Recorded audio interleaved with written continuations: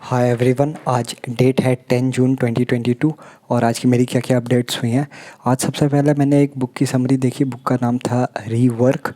इस बुक के बारे में ये लिखा गया था कि आजकल बहुत सारी चीज़ों को, बिजनेसेस को जो नए हम स्टार्ट करते हैं, एंटरप्रेन्योर्स जैसे न्यू टर्म आ गए और यूथ्स में भी ये इस वर्ड को बहुत प्रचलित कर दिया गया है, बहुत फेमस कर दिया है कि अगर आप एंटरप्रेन्योर हैं तो आप बहुत लोगों से बहुत आगे हैं। इसके लिए मार्क्स वगैरह स्कूल में एकेडमिक्स में उतना स्ट्रांग भी नहीं होना पड़ता। ऐसी ऐसी बहुत सारी मिसकंसेप्शंस को रखा गया है इन वर्ड से रिलेटेड।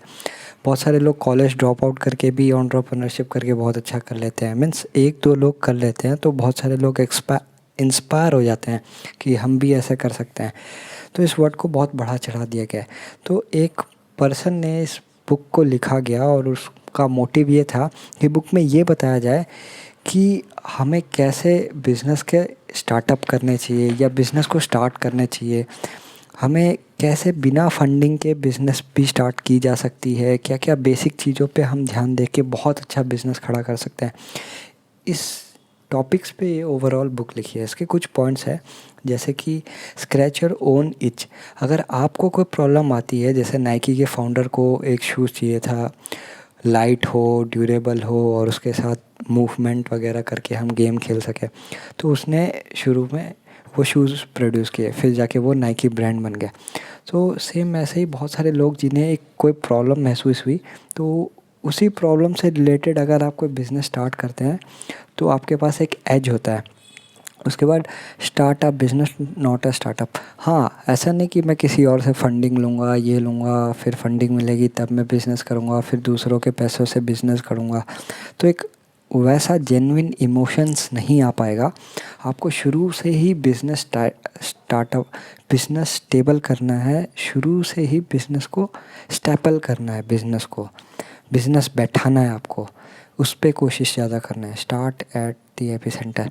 हाँ, फिर आपको एक एपी सेंटर पे स्टार्ट करना है। ये मैं भूल रहा हूँ एपी सेंटर पे स्टार्ट करने का क्या एग्जैक्ट मतलब है। Pour yourself into the product. हाँ, ये pour yourself into the product में क्या है, जैसे स्टीव जॉब्स को देखोगे आप, तो स्टीव जॉब्स का क्या है, मार्केटिंग स्ट्रेटजी है, तो वो उसकी पर्सनैलिटी से जोड़ करके एप्पल के प्रोडक्ट्स को जोड़ करके एक कंज्यूमर को पेश किया उन्होंने। तो वो जो मार्केटिंग स्ट्रेटजी है उसमें जो स्टीव जॉब्स हैं वो खुद की पर्सनैलिटी को यूज़ कर लिया एज अ प्रोडक्ट। तो वो उनके लिए एक यूनिक बन गया और दूसरों के लिए कॉपी कर पाना बहुत मुश्किल बन गया था। तो आप अपनी पर्सनैलिटी को ही प्रोडक्ट के साथ जोड़ करके उसकी मार्केटिंग कर सकते हैं। और दूसरा, मेरी डाटा एनालिसिस कोर्स वाली जर्नी में मैं 7th पार्ट लगभग ऑलमोस्ट कंप्लीट हो गया है। 8 पार्ट है, तो कल का दिन मेरा 8 पार्ट देखने में लग जाएगा पूरा और समझने में। और परसों तो है 12 तारीख, जब मेरे को ये पता चलेगा कि मेरा गूगल एनालिटिकल वाला फाइनेंशियल एड कोर्सेरा में वो हो गया या मुझे पे करके ही एनरोल करना पड़ेगा। फ़ीस उतनी भी ज़्यादा नहीं है तो मैं कर दूँगा। वैसे तो मैं थोड़ा कंजूस हूँ, बट फिर भी मैं कर दूँगा। इन सब मामलों में नहीं हूँ मैं, इन सब मामलों में मैं कर दूँगा। बट होपफुली देखते हैं, मैंने अच्छे से लिखा था एप्लीकेशन वगैरह, तो देखते हैं, हो सकता है शायद सिलेक्ट हो या ना हो। जो भी होगा मैं बताता हूँ। उसके बाद आज देखा हमने ऑपरेटर्स, कैलकुलेटर्स क्या क्या होते हैं, आर पैकेजेस क्या क्या होते हैं, गिटहब के बारे में थोड़ा बताया और एक दो और चीज़ों के बारे में बताई। जैसे क्या होता है, रीडर आर करके होता है, पाइप आर होता है, प्रोग्रामिंग में लाइब्रेरीज़ क्या क्या होते हैं, फार्मूला कैसे होते हैं और पैकेजेस क्या क्या होते हैं आर आर प्रोग्रामिंग में, उन्हें कैसे इंस्टॉल किया जाए।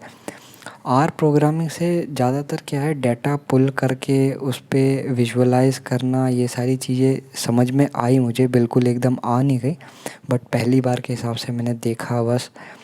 तो अब मैं इन पे और डीप जाने की कोशिश करूँगा। आर लैंग्वेज अच्छी लैंग्वेज मुझे लग रही है, बट मुझे पाइथन से अच्छी है ये, उसका कुछ उतना अभी कंपैरिजन नहीं पता। बट हाँ, ये डाटा से रिलेटेड लैंग्वेज ही है, डाटा और स्टैटिस्टिक्स से, तो होपफुली अच्छी है।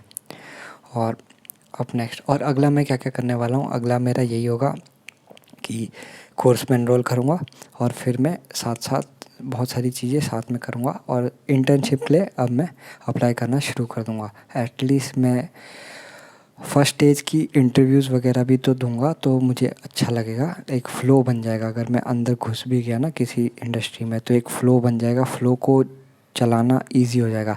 ऐसे थोड़ा बोरिंग लगते रहेगा कि मैं खुद में पढ़ रहा हूँ। तो मैं कैसे कैसे करके जल्दी जल्दी कोई ना कोई प्रोजेक्ट बना करके कोई कुछ एक प्रोजेक्ट डिप्लॉय वगैरह कर करके प्रूफ ऑफ वर्क अच्छे से अपना रेज्यूमे वगैरह सब कुछ अपडेट मार के प्रोफाइल बना के और ये यूट्यूब चैनल भी एज अ रेफरेंस में दे सकता हूँ। अगर आप लोग लाइक करोगे तो बहुत सारे लोग सब्सक्राइब भी कर दें।